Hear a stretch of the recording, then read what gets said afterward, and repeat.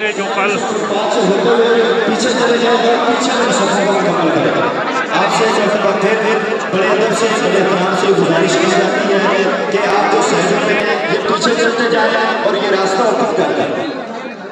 इधर से आने दो, बंदों को इधर से आने दो।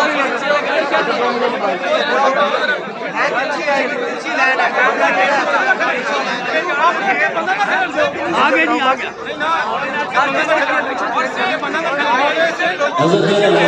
प्रोफेसर डॉक्टर नज़ीर अहमद काशिफ सिंधी साहब, आप यहाँ पर भी हैं, आपसे गुजारिश है कि आप आगे आ जाएं। आपने जहाँ पर कितना ज़्यादा साथ यहाँ पे भी हैं।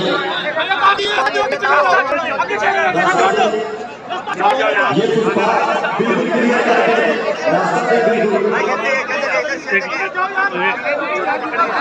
अब आयो मेरा सामने से रास्ता